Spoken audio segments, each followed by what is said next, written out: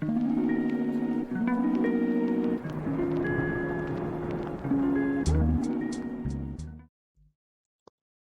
guys, welcome to Medicals. Our today's topic of discussion is factors in antibiotic selection. So this video is going to be helpful for those individuals who are working as a clinical pharmacist and also those healthcare professionals who are dealing with patients.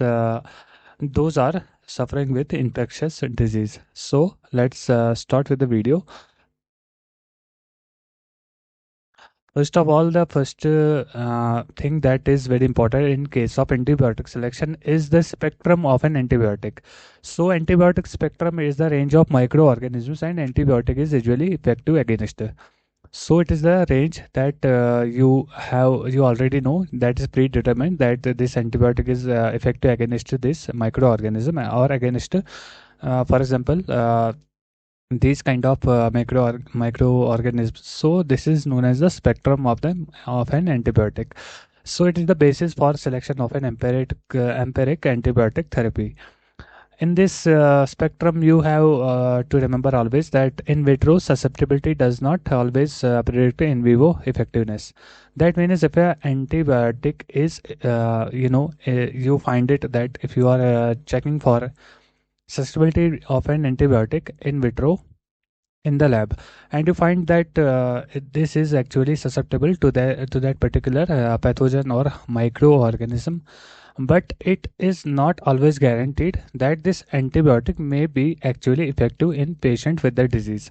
So because what are the factors that lead to this discrepancy is that the patient factors and the disease factors and the drug interactions play a role there. That means suppose you have purchased a car, and in the specifications of that car it is mentioned that this car gives for example 30 kilometers or 20 kilometers mileage at this uh, the fuel consumption. So in that case, when you buy that car, you see that this is all actually running giving only 15 kilometers or 10 kilometers mileage. So this is because it doesn't mean that you have been lied to by the company that you purchase car from. No, it is that you that 30 kilometers or the 25 kilometers that the car company is promising, that is actually under the ideal conditions. Okay. Now, when you buy that car, when you have bought that car, so you run on that road. mm, For example, you get a mileage of 10 to 15 kilometers, or let's say not 30 kilometers, it is 20 kilometers. So in that case, it is usually because of the conditions, because of the road conditions, and because of the, for example, the quality of the fuel as well. So in that case, it is called as effectiveness. That that is the under that is not under the ideal conditions. That is the usual practical setting is that mileage that is 10 to 15 kilometers, it is the effectiveness of that car. But that doesn't mean that that 30 kilometers you have lied to. That is actually under the ideal conditions. Same in the antibiotic selection, in the antibiotic spectrum. If an antibiotic is in vitro susceptibility, if it shows in vitro susceptibility to a particular pathogen, it does not always guarantee that it will be effective in the real patient setting, in the real clinical setting. That what will be the factors that will be altering this susceptibility. It may be related to the patient factors, it may be the disease factors, it may be the drug interactions. So many forces can play a role there. Next is next factor is tissue penetration. So antibiotics unable to reach the site of infection will be ineffective. For example, you give a particular antibiotic. If it is not reaching that particular site of infection where the infection is present, so it will be ineffective then. So what are the factors that actually determine the better tissue penetration? So these factors are lipid solubility, molecular size, adequacy of blood supply, and the presence of inflammation.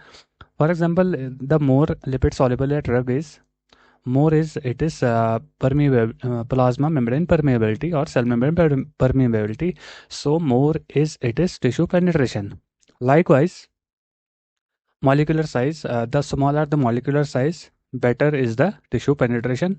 And the adequacy of blood supply as well plays an important role in tissue penetration. For example, as you know that in the biopharmaceuticals, you must have studied about the compartment models where the body is divided into two compartments. One is the central compartment and another is the peripheral compartment. So in central compartment, we say that these the central compartments, it includes the tissues and the organs which have the maximum blood supply. For example, the kidney, heart, lungs, etc.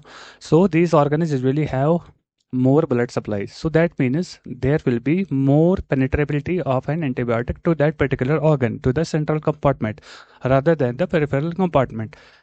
Likewise, the presence of an inflammation, it also plays a role in tissue penetration. If there is inflammation, the antibiotic will be less penetrable to that particular tissue or organ.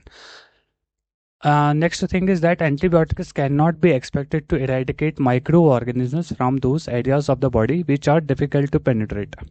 For example, if an abscess is present in a patient, that needs to be surgically removed or surgically drained for cure. So you cannot, in that case, the antibiotic may not be effective in that abscess because the abscess may be acidic in nature.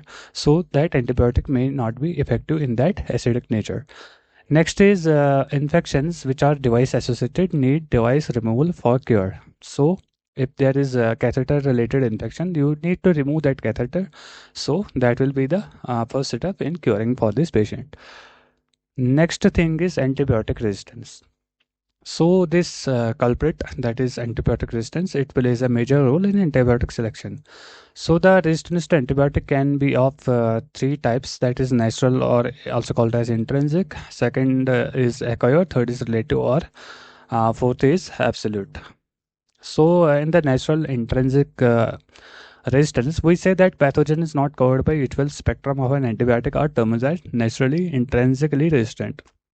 For example, 25% of S pneumonia are naturally resistant to macrolides. So here, you know that these pathogens, these are not covered by any spectrum of an antibiotic. For example, if we say like the S pneumonia, they are naturally resistant to macrolides. That means if you give macrolides to these to the patients which have S pneumonia infections, so these macrolides will not be effective in those patients because they are naturally or intrinsically resistant. Next is the acquired resistance. So, for example, if you this is actually the resistance we talk in our daily lives. For example, we say that there has been increasing antibiotic resistance in the world, from the past 20 years, 30 years, and so on. So this the resistance that we talk here is actually the acquired resistance. That means that this antibiotic, for example, amoxicillin, or for example other penicillins, they were previously susceptible to that particular pathogen, like ABC.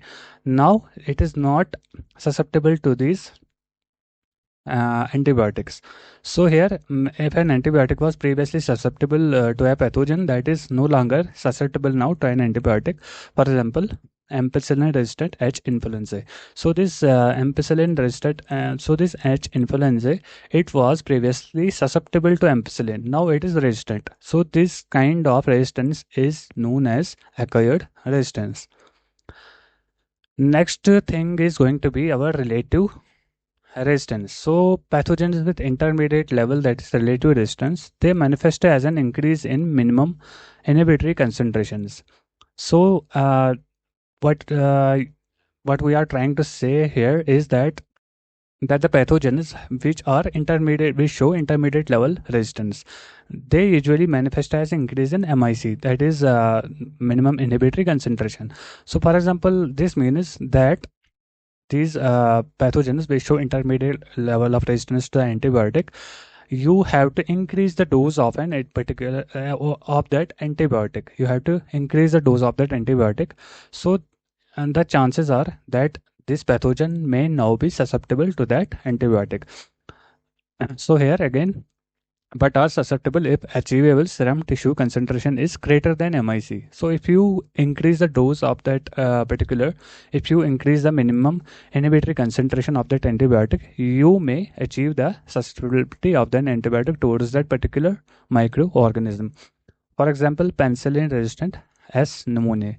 So this is an example of relative antibiotic resistance. Next is absolute resistance. So in this kind of resistance, organisms with high level, that is absolute resistance, cannot be overcome by higher than usual antibiotic doses. For example, gentamicin resistant P. originosa. What it means is that in the absolute resistance, if you increase the dose of gentamicin against what, which organism, against which pathogen, originosa. So if you increase the dose of gentamicin in a patient with infection of P. originosa, it cannot be susceptible, because this is absolutely resistant to that particular antibiotic. In that case, you have to change the antibiotic, you have to change the treatment. Either you can give another aminoglycoside, or you can give other classes of antibiotics altogether. Next is the most acquired antibiotic resistance is agent specific and not class related resistance, usually limited to one or two species. So, for example, if you say that, for example, the macrolides, these are resistant to pneumoniae, streptococcus pneumoniae, or other antibiotics. So, this is going to be very wrong statement, because the antibiotic resistance is against a agent, it is agent specific, so not class related. Okay, so resistance is or we can say here that, for example, if you have for example, we have so many drugs of cephalosporins. So the cephalosporin, that it does not mean if a cephalosporin, for example, if one drug ceftriaxone is it is resistant against a particular pathogen, that does not mean that all cephalosporins are resistant against a particular pathogen. No, it is agent specific, it is a drug specific, or we can say the antibiotic specific. So next point is resistance is not related itself to volume or duration of use. For example, doxycycline and ceftriaxone. So it is not itself related to volume or duration of use. For example, if you give ceftriaxone, for example, if you give IV ceftriaxone or oral ceftriaxone in a patient, for example, for 3 days, 4 days, 5 days, 7 days, or 20 days.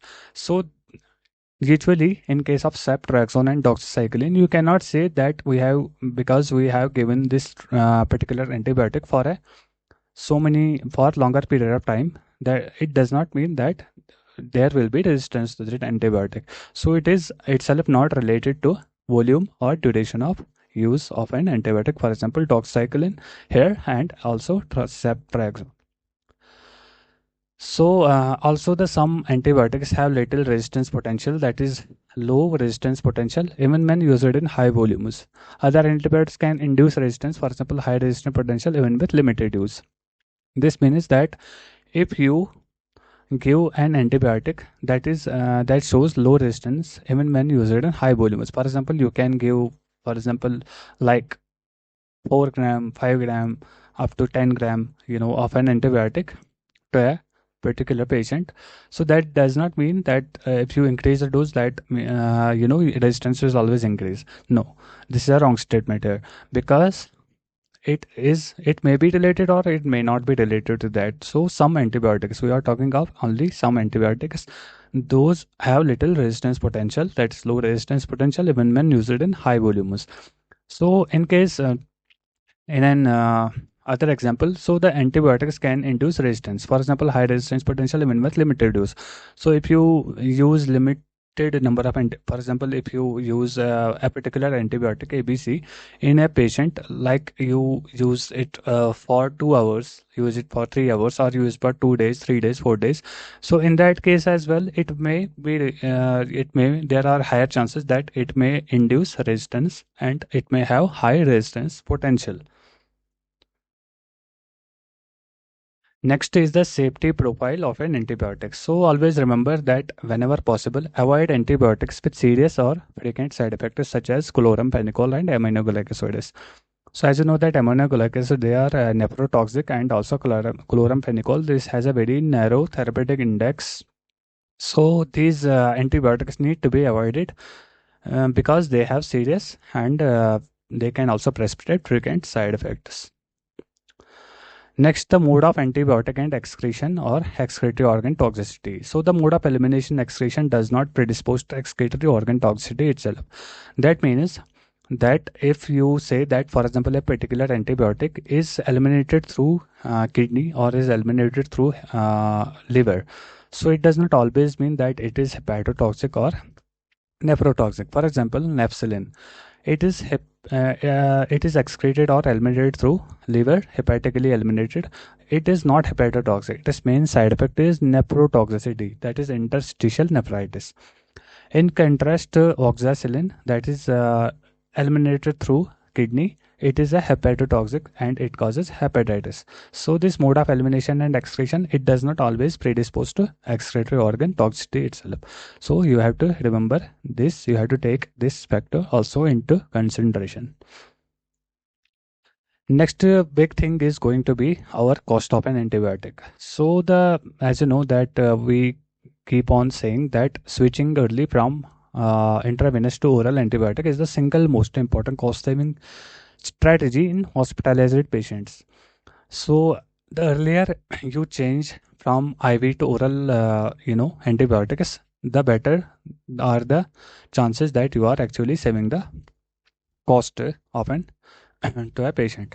So in some cases, the cost of IV administration may exceed the cost of antibiotics. So for example, in the Western countries where they used to charge like $10, $15 for a single dose administration of an antibiotic. So in that cases, the IV administration cost may exceed the cost of antibiotic. And another thing is that antibiotic cost can also be minimized. So you can always try for minimizing the cost of antibiotic by using those antibiotics which have long half lives, and you can also choose monotherapy or combination therapy and decrease the duration of therapy. So these are the various factors, these are the various points by which you can actually reduce the cost of an antibiotic.